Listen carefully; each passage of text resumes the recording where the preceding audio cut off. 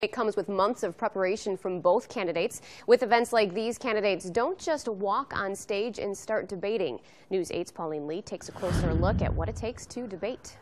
Well, there are a couple of different components that go into a good debate. It's not just about knowing the facts, and it's not just about being a good public speaker. Candidates are going to need both if they want to try and sway any voters tonight.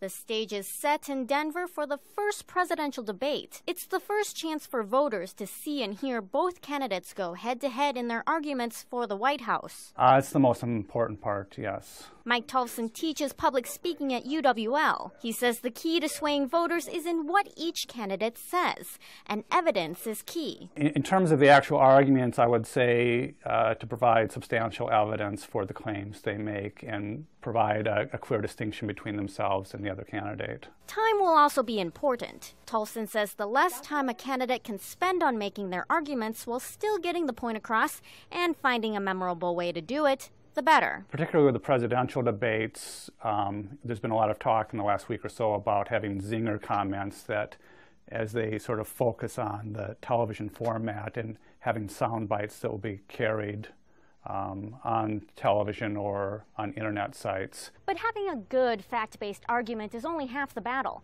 Candidates also have to look confident under the bright lights. There certainly is a lot of body language involved and using the hands, trying to make a point. Greg Shams is Central High School's debate coach. He says a good factual argument can only get you so far. Candidates will also have to find a way to connect with the audience. You can tell in the voice, you can tell in the facial expressions, you can tell in the body language, and when a debater is more relaxed, you can tell, I mean, if they give that illusion, they read evidence more convincingly, and they're more believable as an argumenter.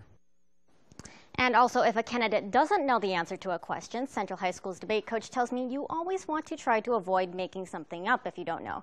But at the same time, both presidential candidates should be very well prepared by tonight, and fingers crossed, that shouldn't happen.